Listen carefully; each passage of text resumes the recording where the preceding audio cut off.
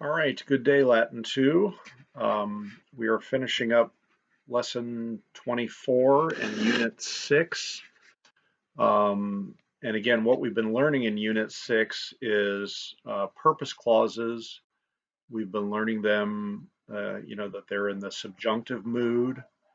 They're introduced by ut, or they're or negative ne, or they're introduced by a relative pronoun, and then finally they can also be introduced by quo,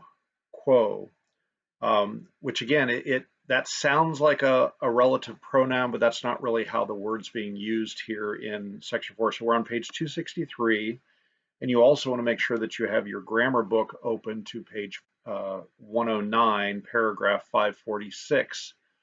Okay, where we're getting all these purpose clauses that we've been covering in lessons 22, 23, 24. 22 and 24 primarily. When a purpose clause contains a comparative, quo is used instead of ut, but ne will also be used for the negative. Quo in these clauses never changes its spelling. All right. We'll study comparatives later. So comparatives are like easy, easier, long, longer, as opposed to superlative, where we use longest or easiest. So it's just saying something is easier than something else, something is better than something else, good, better, best, right? Adjective, comparative, better, superlative, best. So it's often about adding an ER to a word, okay? Easy, easier, long, longer. That's the examples that you're going to have here, but you could think of tall, taller, tall, taller, tallest, okay? And so in this case, we have the comparative diutius, longer, and facilius. Remember, facility, if you have facility at something, you can do it easily, all right? And diu, you've learned, is an adverb that means longer or long, that they might fight long. And so here it's a comparative meaning longer, okay? So let's look at the example here on page 263. Auxilia misit, quo facilius legio hastes vincerit. All right. He sent reinforcements, auxilia,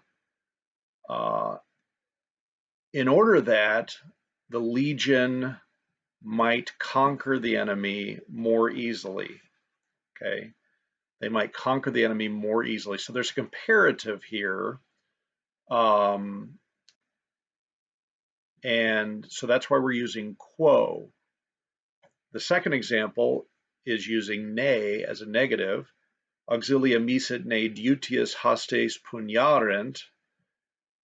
He is sending reinforcements lest the enemy fight longer.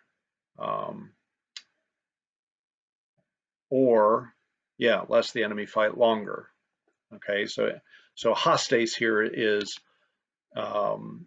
nominative rather than in the first case it was accusative. That's something you've always got to pay attention to, is these third declension, fourth declension, fifth declension. The plural and the accusative, plural nominative accusatives are like the neuters where they're the same. So you've always got to pay attention to whether hostes or imperatores or milites is being used as the subject of the sentence or the subject of the purpose clause or the object that's receiving the action. Apropinquo is a new word here that's used with add or a dative. So, draw near to the camp, ad castra, or it could just use the dative castris without the preposition ad. Vasto, can you think of an English word we get from vasto? Well, devastate. I think we talked about this, how certain Latin words come into our English, but often with a preposition. So paro comes in as prepare. So you can see paro as part of prepare, but it adds a prefix in order to explain the English. Well, the same thing with vasto is basically devastate, ravage. Um, and then custos, custodes, we get the English word custodian, right? Only here we're not thinking of a custodian who cleans up the building, but a custodian who's like a steward who guards the camp, okay? All right, page 264. Apropinquo is intransitive. The English object of approach or draw near is expressed by ad with the accusative or by the dative, okay? So hostis ad hiberna appropinquant. The enemy draws near to the winter quarters. So it's kind of like venio. You know, venio, I come, I go. That's an intransitive. I may come to the camp. I may come to the winter quarters. So I'm going to use ad. Apropinquo is again the same kind of thing. We get the word appropriate, okay, which would be kind of to draw something near to you, to appropriate it. But here in this case, it's to draw near to somewhere else or to something else, okay? So all of these 275, your homework, by the way, is going to be reading 17, okay? So you get off tomorrow, reading 17 is going to be due. It's not all that hard. And it's about, and you guys can start it here during your class, but you're also going to have a quiz on, and I've posted on your LMS a Quizlet for Unit 6. I think it's almost 50 words, and you're going to have to answer 40 of them. Around 45 to 50 words, and you're going to have to answer 40 of them. So you will want to make sure you study this, okay? Anyway, so here we go. Number 1, 275. They want you to diagram it. And again, if you go back to the beginning of 22, right? So we go all the way back here. You can see on page 227 how when you have these purpose clauses, you're gonna draw a line to a new, you know, it's a separate clause that could almost be an independent clause if it wasn't in the subjunctive mood. And so that's why you've got to set up a new subject, a new verb, and a new object, okay? But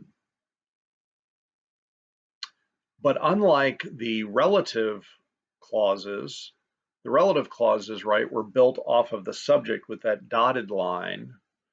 I think that's the beginning of lesson 24. Okay, so 246, right? And then when you had the relative clause of purpose, it was going to be built off of the object of the main clause, right? A dotted line.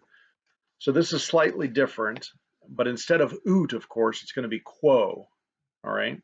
So again, you can use 227 as your model here. Anyway, legatos custodes ad flumen statum collocavet quo facilius pontum defenderunt. So again, what's the main clause? Do all of that first. The main clause is everything before the quo, okay? So the lieutenant, collocavet is what tense? Avet is perfect tense. So the lieutenant immediately stationed custodes, that's a new word, guards at the river. Why? So that they could defend the bridge more easily, okay? So even though we would say easier as the comparative, it's going to have kind of an adverbial function in these relative clauses of purpose. They could defend the bridge more easily, okay? So if you're going to diagram this, you got to have that first part before quo as one separate sentence, okay? And then that object, custodes, you're going to draw a line and put a quo there, and then you're going to do the second sentence, okay? How about number 4?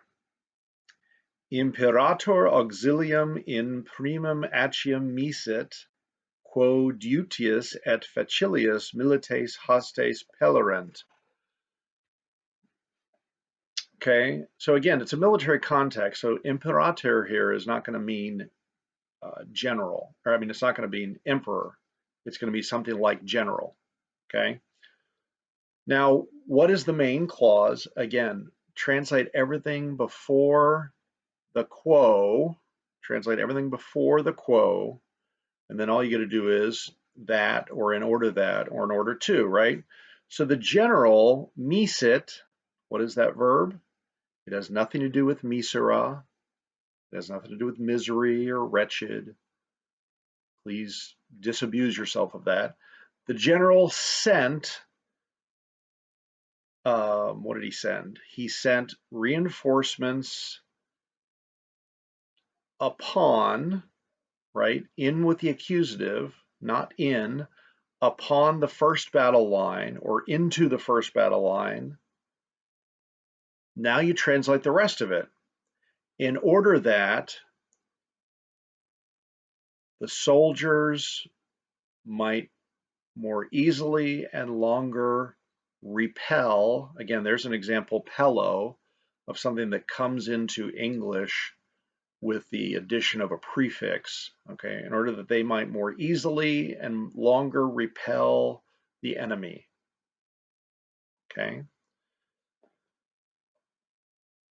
So these are fairly simple sentences, and I'd encourage you to work through a couple more of them, and maybe even try an English to Latin one if you want, and then you're going to do reading 17 for your homework, and you're going to study for the quiz on Tuesday. All right. Great work. Keep it up, everybody. God bless. Enjoy your day off tomorrow.